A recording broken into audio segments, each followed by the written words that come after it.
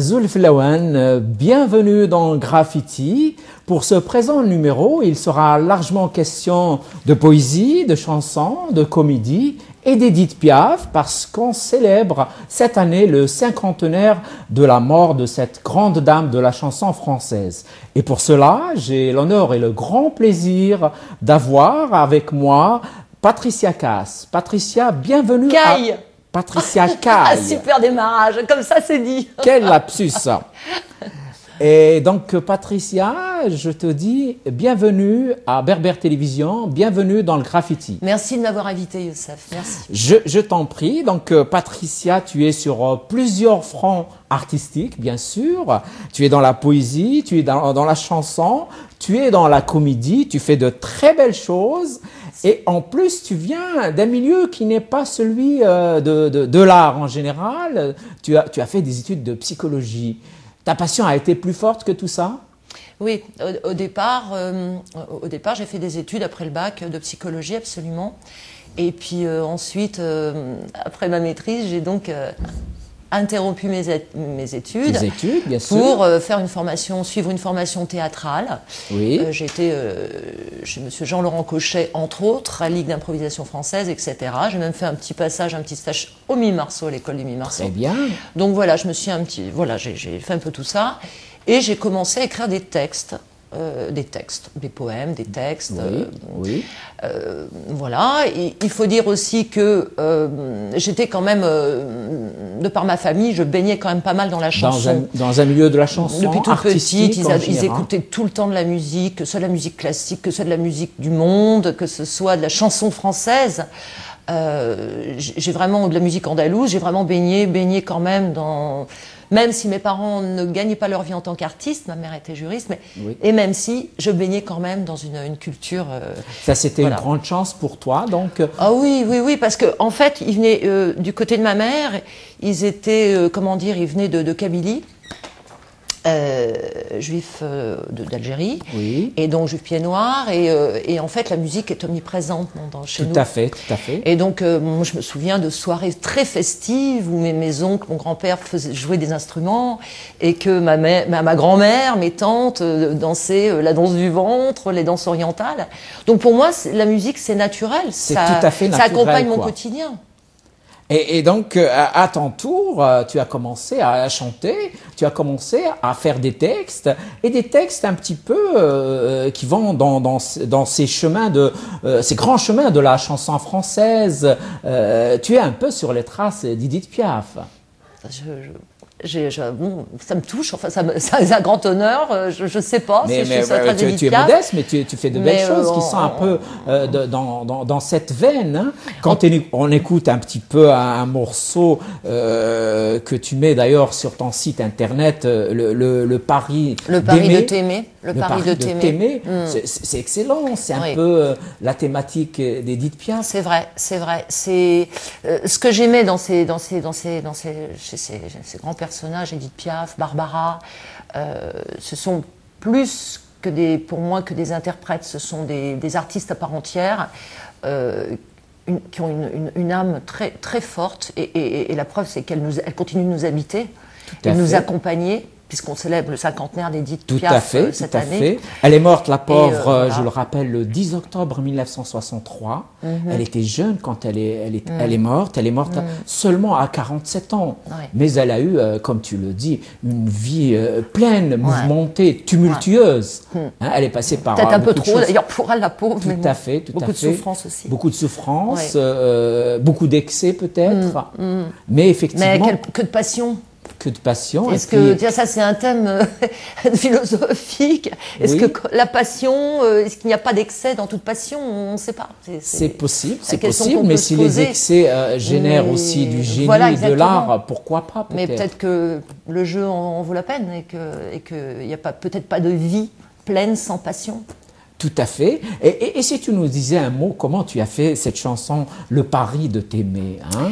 Le pari de t'aimer. Bon, déjà, je suis très parisienne, je suis née à Paris, j'ai toujours habité Paris, j'ai mon petit côté de Titi. Oui. Donc j'habite dans le 18e, près de Montmartre. Et le pari de t'aimer, en fait, j'ai rencontré une personne qui s'appelle Bruno Jeff, qui est ingénieur du son, compositeur, musicien, qui travaille d'ailleurs comme ingé son sur France Culture, Oui. Radio France.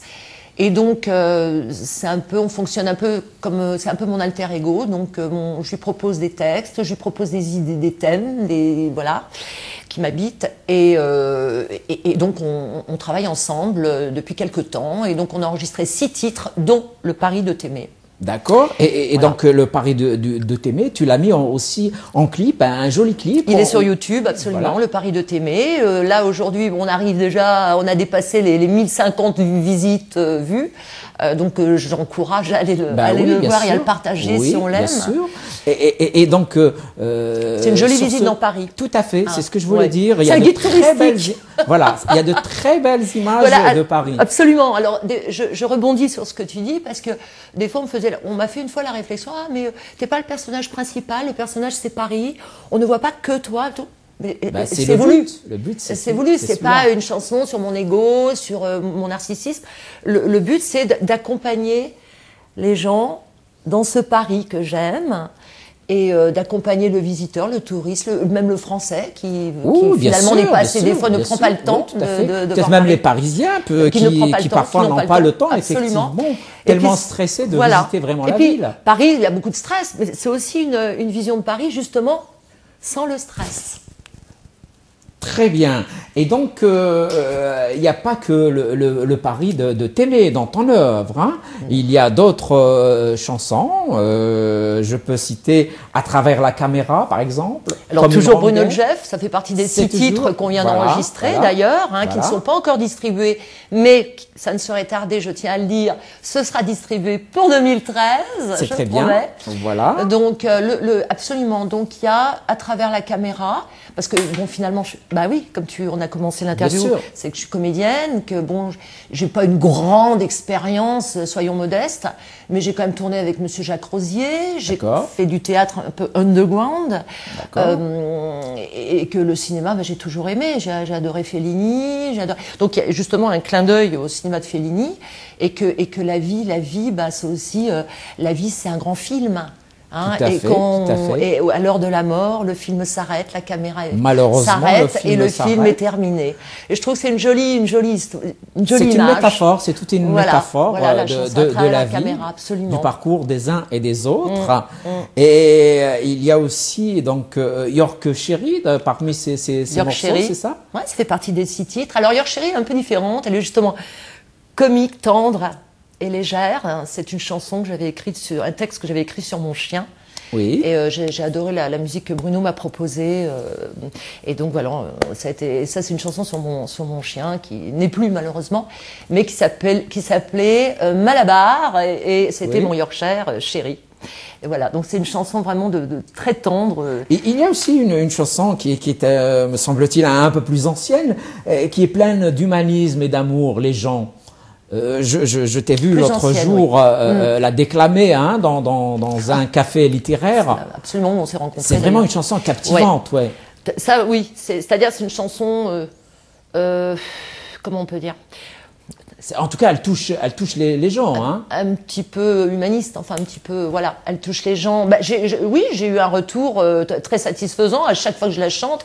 Et d'ailleurs, elle a été diffusée pendant 2 ans, plusieurs fois, pas tous les jours, mais plusieurs fois sur FIP. Et comment t'es venue l'idée de la chanson? Parce que la chanson, au fait, est porteuse d'espérance. Hein. Oui, restons positifs à la fin. Parce voilà, que sinon, elle raconte un peu les choses difficiles de la vie. Oui, moi j'essaie quand même d'avoir de la dérision, de garder le sourire, bien sûr, malgré les difficultés, les aspérités de la vie. Donc, c'est vrai que la vie est dure, mais bon, on est là, il faut jouer le jeu, quoi. Et puis, il faut y aller. Et il faut faire des choix. Des fois, les choix, on les paye cher. Mais c'est la passion, l'amour. Même quand on écoute son cœur, c'est l'un des titres de Écoute ton cœur. Écoute ton cœur. Voilà. Tout ça, il y a un fil conducteur, c'est l'amour. Hein. Oui. Et les gens, même s'il y a des gens même si on a des déceptions sur les gens, malheureusement, qu'il y a eu tellement de choses dans l'histoire de l'humanité, mais j'aime les gens quand même. Et c'est la note positive, c'est que finalement, les gens ont construit beaucoup de choses au fil du temps. Ils ont détruit aussi. Les gens, Patricia, qui aiment les gens, sont souvent les gens les plus sensibles, n'est-ce pas? Ouais, peut-être, je sais pas. Enfin, moi, je moi sais je le que tu suis. le Oui, sais, c'est je sûr, sais que c'est tu sûr. le sais. J'ai mes écorchures. Mais qu'est-ce qui m'a inspiré cette chanson? Les gens sont les gens. C'est tout, c'est le quotidien, c'est ce que je vis dans la rue. Mais peut-être que ce c'est n'est pas observer. tout le monde qui aime les gens, qui ont cette capacité faut avoir le regard, faut les d'écouter regarder. l'autre, de les tolérer, de les comprendre, malgré Ah, les la tolérance. différences. La tolérance. La tolérance, elle est nécessaire. Hein. Ouais, la tolérance. est Et nécessaire. les artistes sont là aussi pour nous aider peut-être à avoir plus de tolérance, plus d'amour envers les uns et les autres, malgré nos différences. Oui, je pense que je sais plus qui a dit ça, mais en tout cas les artistes, ça peut être un baromètre de nos sociétés. Et c'est pour ça que les artistes ne doivent pas mourir. On a besoin dans nos sociétés que les artistes Bien sûr, vivent. bien sûr. Et sans artistes, il n'y a plus de culture, il n'y a plus rien. Je veux dire, on ne peut pas être dans une des sociétés uniquement technocrates et uniquement où il n'y a que l'argent, l'argent, l'argent. Je veux dire, les artistes, c'est important. C'est aussi l'artiste, pour moi, doit être un médiateur entre là-haut et en ici-bas. Et ici-bas. Et il nous aide En peut-être. toute modestie et en toute humilité. Tout à fait. Voilà, tout à il fait. est là, c'est un serviteur. Voilà. Et est-ce que tu penses que Édith Piaf a été cela durant toute sa carrière, à travers toutes ses chansons, hein? Elle a beaucoup chanté. Je sais aussi que tu aimes interpréter ses chansons. Oui, aussi. beaucoup. Je chante La Foule, L'Hymne à l'amour, une petite cantate Voilà. et d'autres. Édith Piaf, elle choisissait très bien ses textes. Elle choisissait très bien ses musiques, ses textes. Elle en a écrit, hein, en grand, 45, elle a écrit la vie en rose. La vie en rose, que c'est elle qui l'a écrite. Je la chante aussi. C'est une quand même, chanson tu vois, magnifique absolument. qui est chantée à travers le monde aujourd'hui. Le monde entier, ouais. Voilà. Mais Édith Piaf, je parle encore de l'âme. Elle avait une âme, elle avait une âme très grande. Tout à fait, et je pense que la voix, c'est quelque chose qui n'appartient qu'à elle. C'est-à-dire que la voix, chacun de nous avons une voix. On peut se ressembler au niveau du visage, des traits, des cheveux, de ci, de ça. Mais la voix, elle est unique. Et elle avait une voix qui touchait au plus profond de l'âme, chacun de nous. Elle portait, elle avait un charme singulier. Ouais. Absolument, parce qu'on ne peut pas, au fil du temps, comme ça, rester aussi vivante. Tout à fait. Elle est plus que vivante aujourd'hui. Et pourtant, la pauvre, elle a eu une vie très difficile. Hein? Ah oui, mouvementée. Depuis sa naissance. Hein? Depuis sa naissance. Tout à fait. Et puis, elle a été élevée, hein, je le rappelle, par sa grand-mère maternelle qui s'appelle Emma Saïd Ben Mohamed, qui est une berbère du Maroc. Elle est d'origine kabyle. Non, pas kabyle, berbère du Maroc. Oui. Hein. Sa famille berbère marocaine vient de la région de la ville d'Essaouira aujourd'hui. Hein. Mais ses parents sont là depuis déjà la fin du XVIIIe siècle. Hein. Donc sa mère est née en 1895. Hein. Elle est née en France. Donc, c'est une longue histoire. Bravo, Youssef, tu as fait une bonne étude sur Piaf. Oh, et tu m'en apprends, parce que tu vois, je ne savais pas tout ça. C'est assez connu, mais effectivement, on n'a pas trop médiatisé un peu ses origines berbères en France. Bon, peu importe. Ce que je voulais dire, c'est qu'une femme pareille, qui vient d'un milieu défavorisé, on va dire les choses comme ça, même si c'est un milieu d'artistes, hein, des artistes du cirque, mais c'était pas facile. Hein. Elle-même commence à chanter dès qu'elle est une enfant. Tout à fait. Mais elle ne réussit pas tout de suite. Hein. Oh bah non, elle ne réussit pas tout de suite. Hein. Mais c'était une autre époque aussi, hein, parce qu'elle a été repérée donc, dans la rue, etc. C'était pas non plus du tout la même époque. C'est-à-dire qu'aujourd'hui, on ne va pas être repéré de la même façon. Hein, tout à fait. C'est pas la même chose. Tout à fait. Mais elle a fait des efforts aussi pour être repérée. Hein. Déjà en 1932, elle s'installe à Montmartre. Elle vit avec son premier grand amour qui est Louis Dupont. Et c'est là qu'elle va se faire connaître. Et toi, tu vis aujourd'hui pas très loin de Montmartre. Oui. C'est toujours la même ambiance, on va dire comme ça les choses. La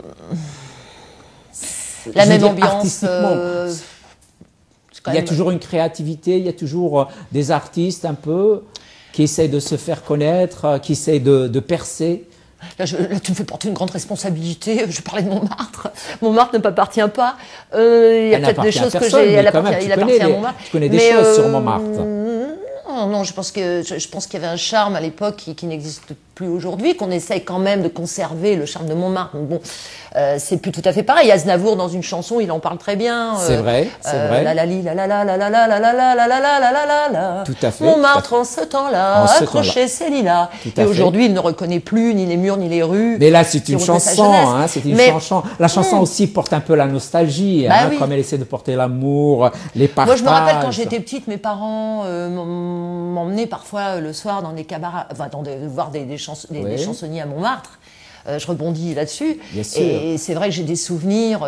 Il y avait beaucoup de fraîcheur, c'est très très frais, il y avait un charme. Alors, je pense que dans les cabarets, il y a toujours des cabarets, Lapin Gilles, il y a chez ma cousine. Voilà. C'est des cabarets centenaires, plus ça existe toujours. Ça existe toujours. Absolument. Voilà. Et d'ailleurs, moi. Édith Piaf a commencé dans ces endroits-là, à chanter. Tu parlais tout à l'heure d'Aznavour. Aznavour a été pendant des années pratiquement le secrétaire d'Édith Piaf. Absolument. Édith Piaf a beaucoup aidé Aznavour. Absolument. Entre autres, elle n'a pas aidé que lui. Yves Montand, par exemple, aussi. Qui a eu une histoire d'amour avec Édith Piaf. Les femmes les plus des femmes extraordinaires. Mais c'est Édith Piaf qui le lance. C'est Édith Piaf qui le lance. Il passe en première partie du spectacle d'Édith Piaf en 1943. Tu disais d'ailleurs en Moulin Rouge. Ben, le Moulin Rouge existe toujours aussi. C'est vrai. Donc voilà. Absolument. Donc, ce sont des institutions. Ce sont des institutions. Tu sais, l'autre fois j'étais voir un spectacle dimanche à l'Olympia. Bon, c'était justement sur Montmartre. Ça durait 3h30 et il y avait tout ça. Et là, on est en plein dedans quand on fait ça. Cette année. Oui, ça revient dans l'air du temps. Voilà. Complètement. Donc ce n'est pas finalement. On peut penser que c'est désuet, etc. Mais en fait, ça revient en force. Et moi, je suis ravie. Je suis ravie. Je m'inscris bien dans cette tradition. J'y trouve mon compte. C'est très bien. Et toi aussi, avec tes musiciens, puisque tu aimes toujours saluer tes musiciens et tu aimes toujours dire qu'ils sont importants pour toi, pour ton parcours, tu t'es produit aussi dans ce genre d'institution quand même. Oui, donc depuis le mois de septembre, régulièrement, il m'arrive de chanter dans un cabaret. Qui n'est pas à Montmartre, mais qui est rive gauche, à Saint-Germain-des-Prés, qui s'appelle La Main au panier. Il y en a eu aussi là-bas. La Main au panier qui a été repris par Michel Forever l'été dernier. Et donc, il m'arrive d'intervenir une demi-heure là-bas. Il y a des humoristes. Et donc, voilà, une chanteuse intervient. Donc, il m'arrive, moi, d'intervenir. Barbara est passée par ces institutions de rive gauche. Mouloudji aussi. Mouloudji dans le Père et Kabyle aussi. Donc, c'est toute une tradition qui se perpétue encore de nos jours. Encore maintenant, oui. Encore maintenant. Et les gens, quand ils viennent, en général, ils sont satisfaits, ils passent de bons moments.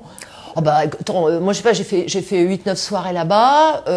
C'est festif. C'est festif. On est à l'écart. Là, on est entre parenthèses. On est à l'écart du temps. Bien sûr. On ne sait plus, à la limite, en quelle année on est, en quelle époque. C'est comme si le temps suspendait, s'envole un petit peu. C'est une parenthèse. Et c'est ça qui est magique.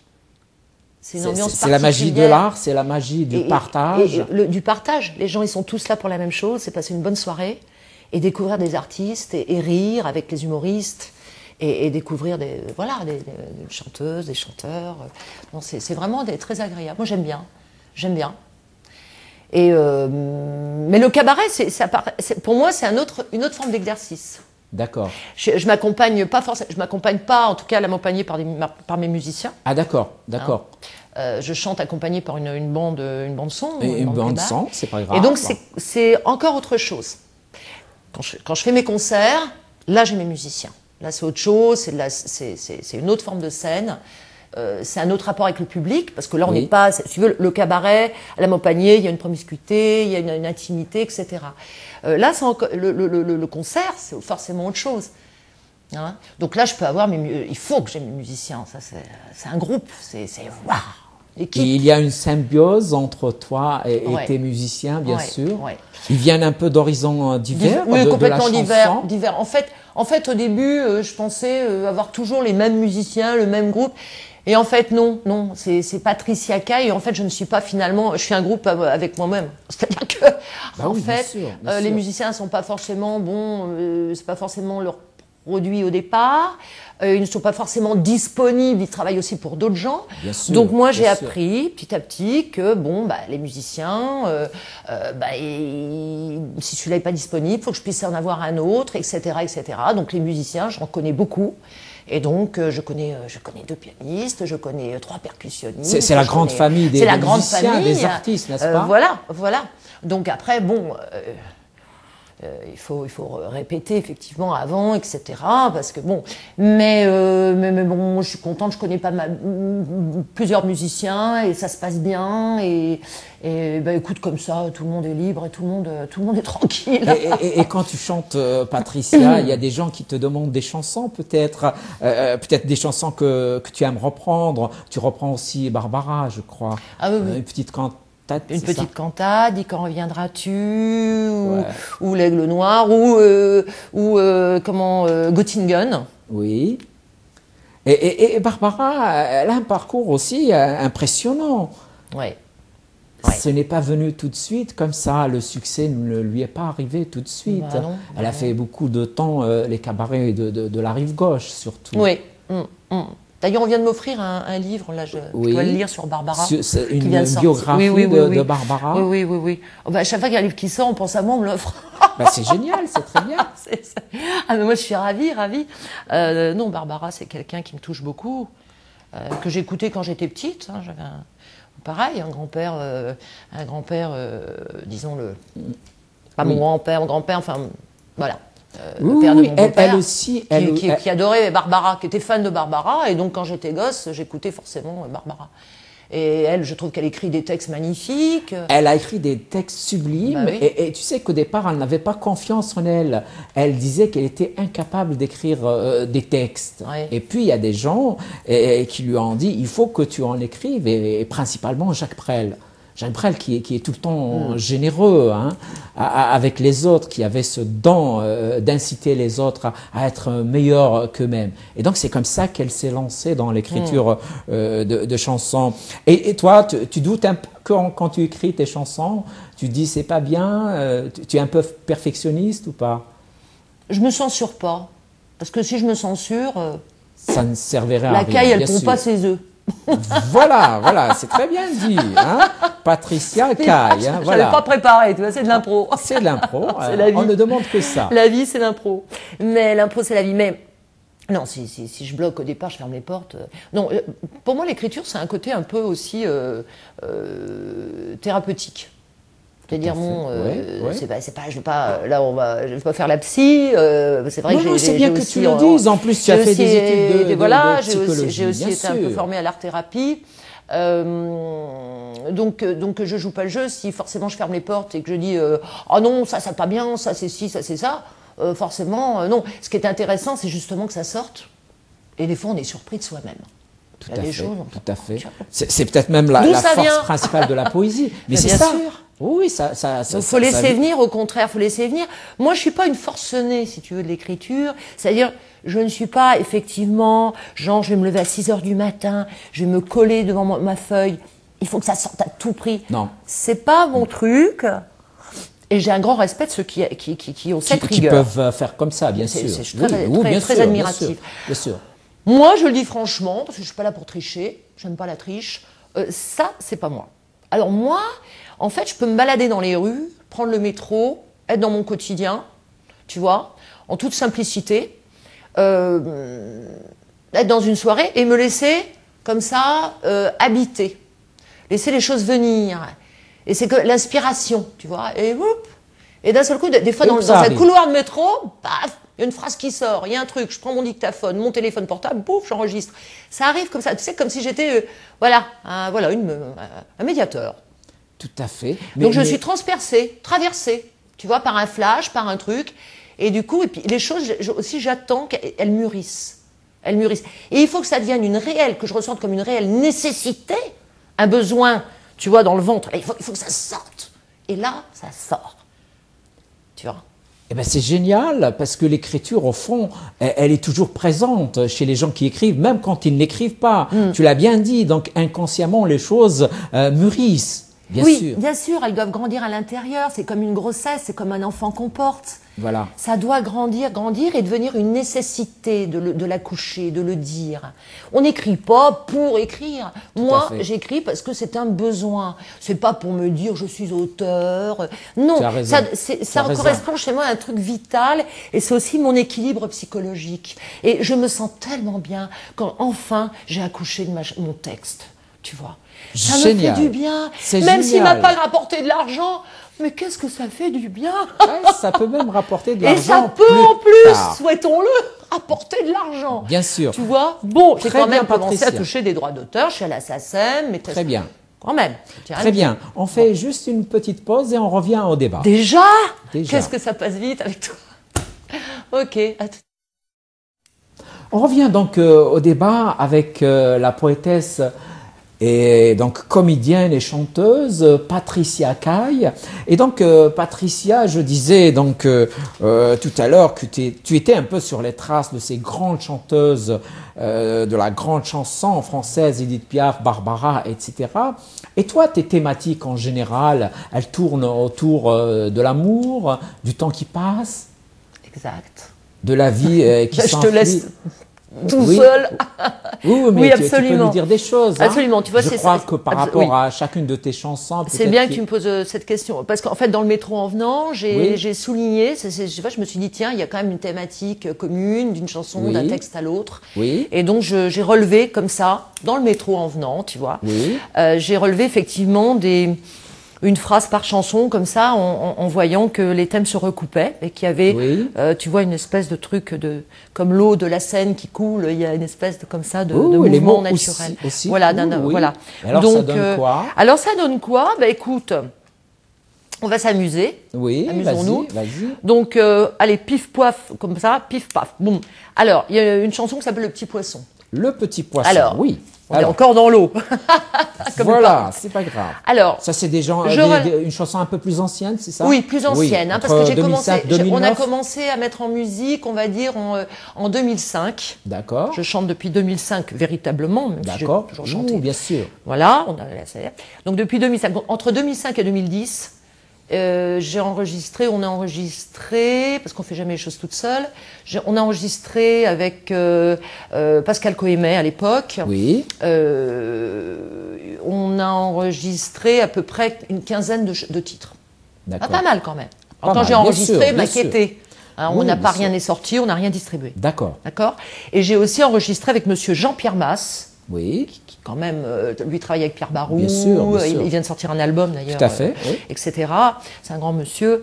Donc là, il m'a dirigé, j'ai écrit les 2 textes, il a fait 2 musiques et donc c'est le directeur artistique de.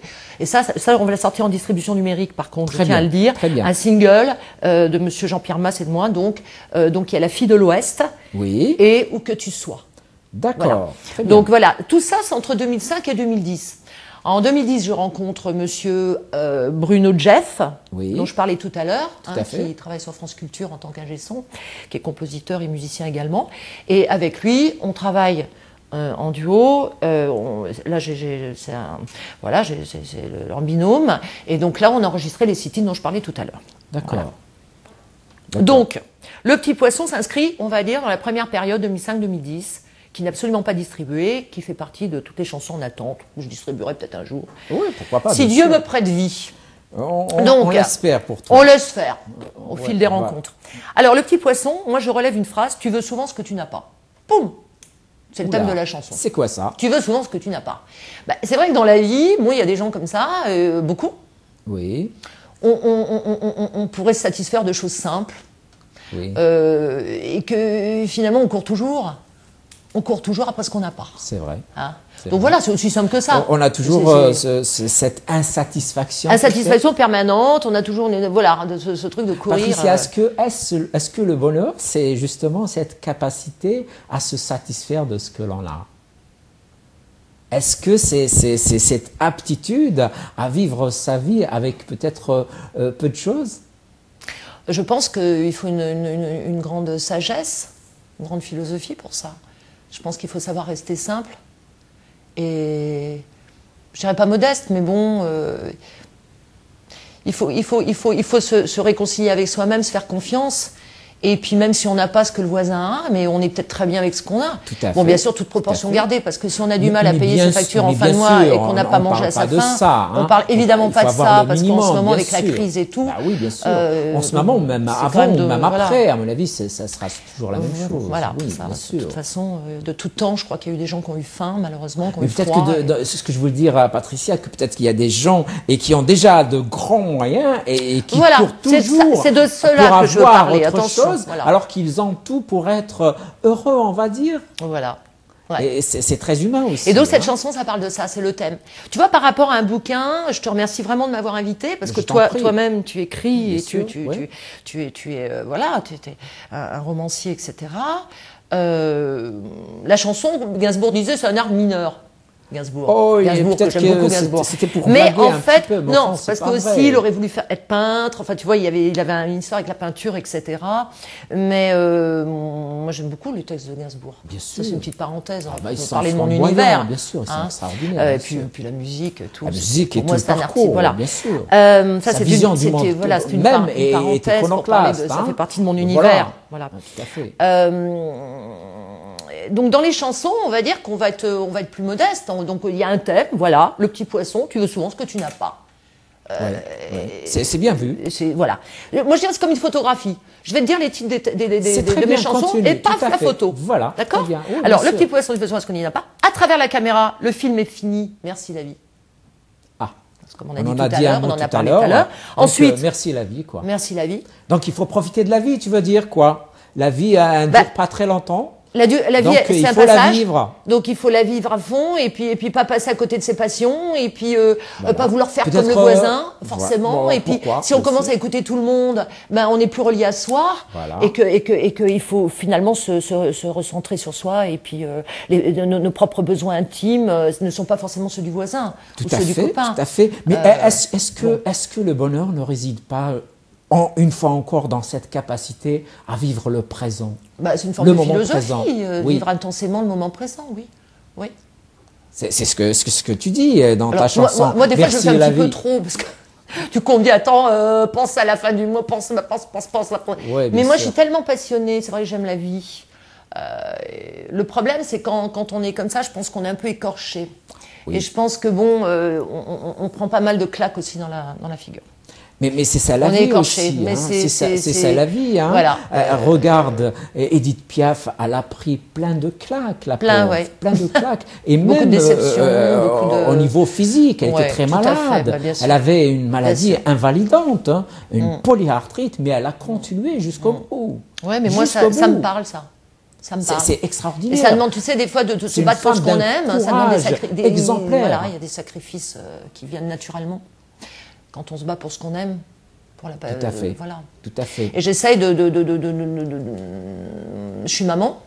Oui, j'ai une fille, une adolescente, et j'essaye de faire comprendre ça. C'est pas toujours facile de faire comprendre ça aux adolescents. Tu sais de transmettre ça aussi. Cette passion, cet amour de la vie et se dire il faut être relié à soi et pas forcément faire comme le voisin. Bon, à l'âge adolescent, c'est particulier parce que justement, ça rassure d'être comme les autres. Bien sûr. Donc je respecte ça mais je pense que plus tard, on se retrouvera plus. Mais bien sûr, bien sûr. Alors pour continuer, si tu veux bien, Youssef. Oui, bien sûr. Donc tu veux souvent ce que tu n'as pas. Le film est fini, merci la vie. Ensuite, il y a un titre qui s'appelle Lavomatique, que j'ai écrit. Je m'en vais dans la rue légère, envoler les parfums d'hiver.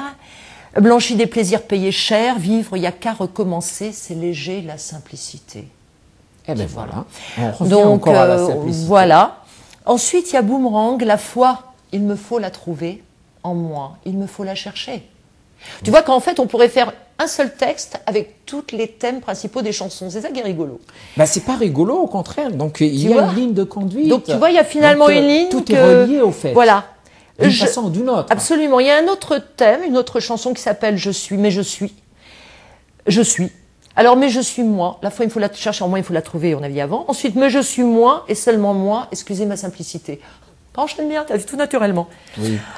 Ensuite, Vue d'avion. Un titre qui s'appelle Vue d'avion.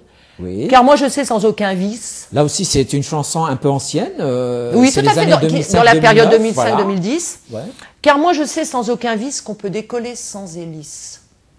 Ah, très bien dit. Tu vois. Alors, sans hélice, c'est-à-dire sans toutes sans drogue, sans forcément alcool, sans tout à sans fait, tous tout à fait. les trucs artificiels, sans trucs compliqués. Oui. Toutes les complications Toutes du les monde complications moderne. du monde moderne, d'aujourd'hui. exactement. Tout à fait, oui. Voilà. Ensuite, on enchaîne avec la chanson, le thème, un titre qui s'appelle Où que tu sois, que j'ai enregistré avec Monsieur Jean-Pierre Masse. Oui. Et là, c'est quoi? Ne doute pas, combat tes peines, sois sûr qu'on se retrouvera. D'accord, d'accord. Il y a toujours cette ligne de création qui essaye d'aller à l'essentiel. Voilà. Écoute ton cœur. Bah, écoute ton cœur. Écoute ton cœur. En matière d'amour, je ne suis pas d'un grand secours. Écoute ton cœur tout simplement. Fais comme il te plaira. Tu vois, c'est ça. Voilà. En fait, être lié à son cœur. Voilà. Ensuite, il y a la brocante. Oui. La brocante.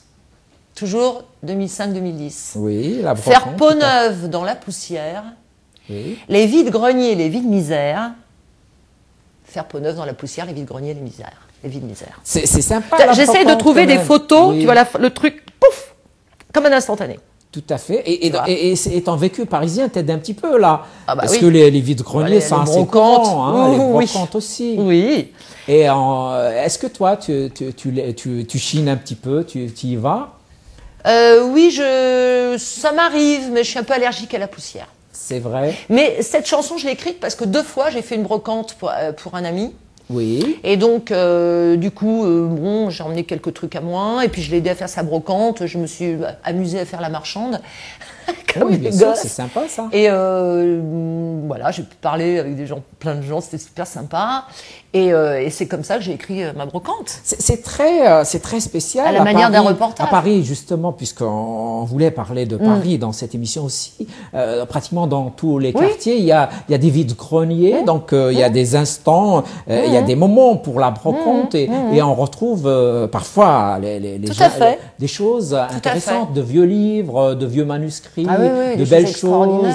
Voilà, il y a des gens qui sont vraiment friands de ces rencontres. Mais c'est pas, si tu veux, quand j'ai écrit la brocante, ce qui m'avait un peu fascinée, c'est qu'en fait, je veux dire une petite anecdote, j'avais une vieille poupée ancienne, que j'ai vendue, enfin elle a été tout de suite achetée, quoi. Le type s'est jeté dessus, me l'a arraché par les cheveux, tu vois. Et c'était une poupée ancienne, mais tu sais qu'il y avait quelque chose, elle était habitée, cette poupée, tu vois, quelque chose de mystique, quelque chose d'assez fort. Et en fait, je me suis dit, il faut que je la vende pour vivre d'autres choses, il faut que cette poupée me libère. D'accord. Parce que je sens, des fois, il y a une âme dans certains objets qui ont eu du vécu. Bien sûr, tous les objets ils sont imprégnés. Oui, tu vois ce que je veux dire? Clair. Et cette poupée, je savais. En plus, elle avait été sur une cheminée dans ma chambre, elle m'a vu dormir pendant quelques années. Je me disais, cette poupée, il faut que je m'en défasse. Je ne sais pas pourquoi, mais je le sentais. Il me l'a rachetée et la poupée, elle est partie. Et la chanson, c'est comme ça que je me suis mise à écrire ce texte, tu vois. Très bien. Tu vois. Très bien, très bien. À vivre, il n'y a qu'à recommencer, c'est léger la simplicité. Le refrain, tu vois, c'est ça. Le refrain est très beau, c'est une métaphore. Donc, il y a aussi. Voilà. Oui. Et en fait, ce qui est rigolo dans les brocantes quand même, c'est qu'on se défait de notre passé, mais on achète le passé des autres. Si tu rachètes d'autres objets. Mais sans le connaître, ce passé. Sans le connaître. Donc c'est très très curieux cet échange. Enfin voilà, c'est pour ça que j'ai écrit ça. C'est vrai, c'est même des échanges de vie. Hein, de vie. À travers des échanges d'âme. Des échanges d'âme, tout à fait. Absolument. Oui, c'est vrai. Alors ensuite, il y a quand on écrit des chansons. Oui. Et alors, quand on écrit des chansons. Alors, quand on écrit des chansons, voilà, j'ai écrit, quand on écrit des chansons, ne se suicide pas. Tu vois? Oui. Voilà. Eh ben oui, c'est une forme d'art-thérapie quelque part, l'écriture. Tout à fait, tout à fait. Tu vois ce que je disais tout à l'heure au début de l'interview. Depuis la nuit des temps, hein. Depuis la nuit des temps, les hommes et les femmes écrivent. Hein. On ne se suicide pas. Ah ben oui, oui. Et en général, quand on écrit, on est quand même dans des moments un peu difficiles. Hein. Quand on est heureux, on écrit moins. N'est-ce pas? C'est vrai. À croire qu'il faut être malheureux pour être artiste. Ce fameux mythe de l'artiste qui souffre. Peut-être pas malheureux, mais quand même. Bon, parce que ce qui est important, c'est justement d'arriver à dépasser ces souffrances. Oui. Et alors, les autres chansons? Alors, les autres thèmes, nous avons justement, donc, je vois entre autres, hein, parce que j'ai pas tout marqué, parce que j'en ai quand même fait écrire une trentaine. Mais il y a les gens, justement. Eh bien, les gens, c'est un beau texte. Les gens, alors, capables du pire comme du meilleur. Oui, Ils peuvent détruire en un rien de temps ce que d'autres construisent en 10 000 ans, les gens. ça c'est vrai. C'est Ça, celle-là qui est vrai. passée sur FIP pendant 2 ans. D'accord. Et ça, donc, c'est une chanson qui rassemble un peu Oui, toutes tes tout le monde. thématiques en général. Et toutes les hein. thématiques, ouais. Tu peux peut-être nous le dire hein, en entier, le texte, C'est vrai si tu l'as en mémoire. Oui, bien sûr. Chiche. Vas-y. Alors. Alors, je suis habituée à la dire avec l'air mélodique. Hein, si je la dis à Bien plat. sûr, ou bien une partie. Hein, Voilà. c'est Oui, pas les forcément... gens sont formidables, capables. Les gens sont formidables, certains sont déplorables, capables du pire comme du meilleur. Ils peuvent détruire en un rien de temps ce que d'autres construisent en 10 000 ans. Les gens malins, les gens costauds, les gens barrés, les gens crados, les gens barjots, les rigolos, tous les zéros et les héros. Les gens, à la télé, à la radio, on nous raconte qu'il y en a plein qui font des trucs, c'est pas câlin, il y en a plein et c'est pas malin, des gens. Il y a des matins qui sont éteints par les infos, par les journaux, tous les gros titres et le chaos, les psychopathes et les vauriens. Les gens sont pyromanes ou assassins, souvent ils n'aiment pas leurs voisins, se croient souvent seuls sur les routes et le partagent, mon Dieu que ça leur coûte, les gens. Les gens sont formidables, certains sont déplorables, capables du pire. Et puis ensuite, la deuxième partie de la chanson, qui est quand même positive, il faut la dire. Alors, attends, parce que là, je suis quand même troublée. Donc, et nous, on mate, et on s'encloche. Mais arrêtons de parler de ce qui est moche. Car il y a des gens qui veulent le coup. Oui, oui. voilà. De le savoir fait un bien fou. Les gens. Il y a l'abbé Pierre, Mère Teresa. Mais il n'y a pas que les saints, ça c'est certain. Il y a ceux que ne voient pas les médias, qui donnent la main, qui soignent bien des gens. Et puis il y a vous qui me regardez, qui me donnez la force d'avancer. Merci Youssef. On se tend la main, on se soutient et mon Dieu que ça fait du bien. Les gens. On est reliés par l'énergie, c'est bien ça la magie de la vie. Chasse tout le négatif autour, des pollus, envoie plein d'amour aux gens.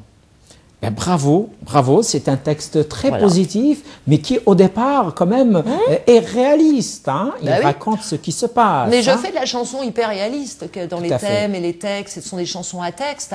En revanche, la manière de le traiter n'est pas forcément peut être moderne quand même. Je suis une personne moderne. Oui, tout à fait. C'est un peu dans la veine de ces gens-là, de Jacques Brel. Ben, même si Jacques Brel est plus pessimiste, hein, Jacques Brel est plus pessimiste que toi. Hein. Bon, chacun son parcours. Oui. Moi, je reste altruiste, humaniste, et je veux continuer à croire, je persévère, et je veux continuer vraiment de croire. Ben, c'est magnifique. Je veux garder la foi, magnifique malgré de les déceptions, parce que j'en ai eu, malgré les sûr. souffrances, parce que forcément, si on est lucide, on peut pas être gaga, béat. Donc, on se doit d'être conscient de tout ce qui se passe dans le monde, de rester relié à tout ce qui se passe. On n'est pas dans notre tour d'ivoire. C'est clair. Voilà, il y a des luttes. Il y a des luttes, il y a des guerres, il y a des maladies, il y a des injustices. Voilà. Mais il y a des gens aussi qui se battent pour arranger tout ça aussi. Et voilà. Et tu le dis si bien, parfois ce sont des anonymes, hein, c'est pas seulement les gens médiatisés. Il y a pas, voilà, absolument. Il y a l'abbé Pierre, Mère Teresa, mais il n'y a pas que les saints, ça c'est certain. Il y a ceux que ne voient pas les médias qui au quotidien, dans les hôpitaux, partout, se battent pour aider les gens à vivre. Il y a des gens qui travaillent dans la recherche, il y a des gens vraiment sincères, je pense, et passionnés.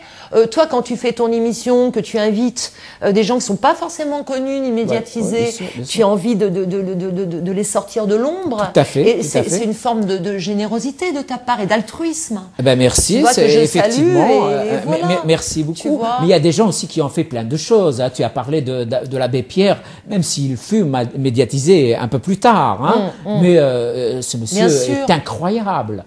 Incroyable de bonté, de générosité. Cette énergie humaniste. Toute sa vie a été consacrée à l'autre. Tout à fait, tout à fait. C'est magnifique. Bah oui. Mais je suis sans voix, je suis sans mots. Qu'est-ce que tu veux que je dise pas?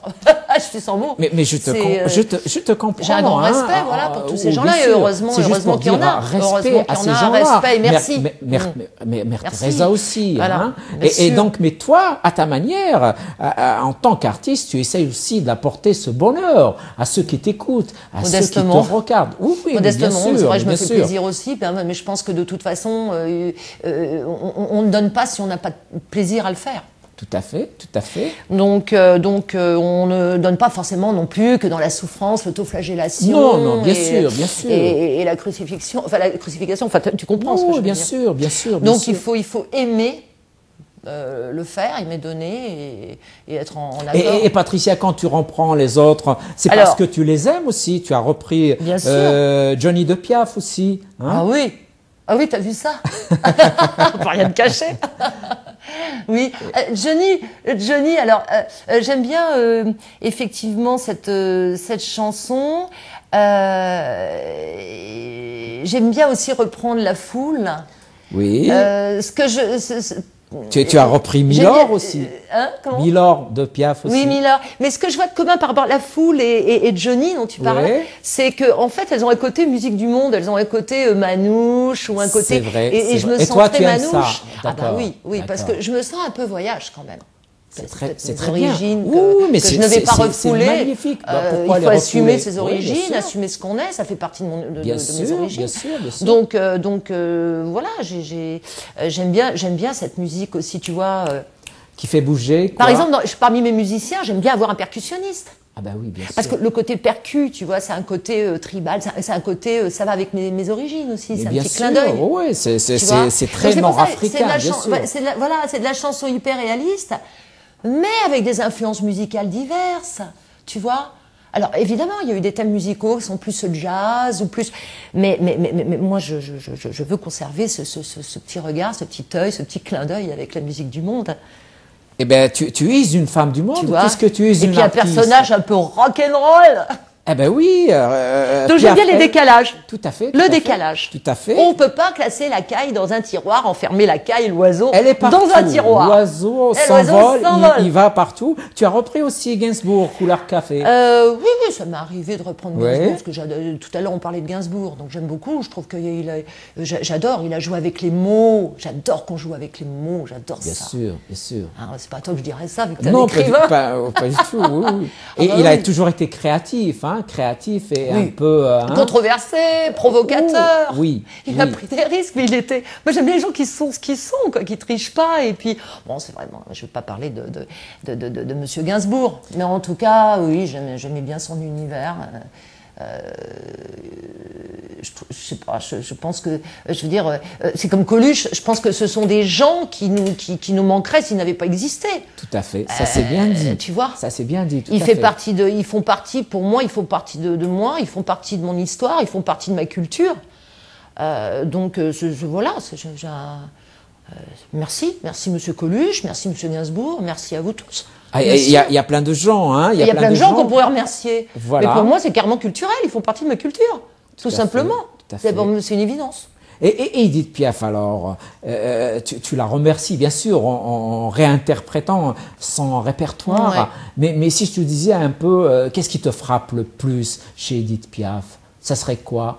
Tu avais dit tout à l'heure sa voix. Je suis pas très originale si je dis ce qui me frappe chez Edith Piaf. Sa voix, sa puissance qui vient de l'intérieur, cette espèce c'est indicible. C'est cette âme.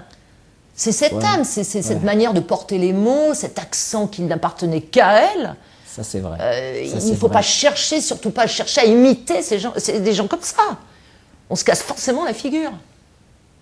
Alors, je pense que quand on reprend Piaf, ou qu'on reprenne Barbara, ou qu'on reprenne Brel, je pense qu'il ne faut pas chercher à imiter qui que ce soit. Je pense qu'il faut simplement les servir au mieux. Et je pense qu'il faut le faire avec authenticité, il faut rester soi, et rester simple, et puis le dire avec sa voix, notre voix, comme je disais tout à l'heure, qui est unique. Il faut le dire avec notre voix à nous, sans chercher à imiter qui que ce soit, et avec le respect Tout à fait. Ces gens-là ont fait des choses extraordinaires. Edith Piaf a sauvé l'Olympia de la faillite. Donc en 61, à la demande de Bruno Cocatrix, elle a chanté pendant de nombreux jours. Et c'est comme ça que cette salle mythique fonctionne encore aujourd'hui. C'est magnifique. C'est magnifique quand même. Moi j'aimerais bien y chanter à l'Olympia. Pourquoi pas. Pourquoi pas, bien sûr. Oui.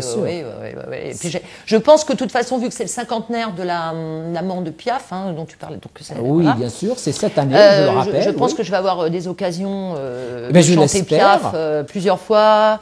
au Lapin Agile ou de toute façon ou ailleurs, mais sans pourparler. Là, je travaille là-dessus. Elle a chanté aussi Édith Piaf souvent aux États-Unis, où elle reste une vedette. Ah bah c'est marrant, voilà. Un mythe. Et moi j'aimerais bien partir un peu aux États-Unis, aller chanter, faire de la chanson française aux États-Unis. Ça serait une bonne idée à mon avis, voilà, Patricia. J'ai envie un peu d'exporter ça, et puis comme disait ma maman, nul n'est prophète en son pays. Je pense qu'il va falloir que la caille elle doit s'envoler un petit peu. Elle bouge un peu, ouais, je pense qu'il fallait bouger un peu. Ce n'est pas une mauvaise idée, Patricia, voilà. Mais on arrive à la fin de l'émission. Oh, déjà. Un dernier mot peut-être, Patricia, ce que tu voudrais ajouter, peut-être qu'on a oublié quelque chose. Je garde ma petite phrase que j'ai écrite dans le métro tout à l'heure. Alors. Parce qu'il y avait des titres, Le Paris T'aimé, Ashvar, que j'ai fait dans la deuxième partie, 2010-2013.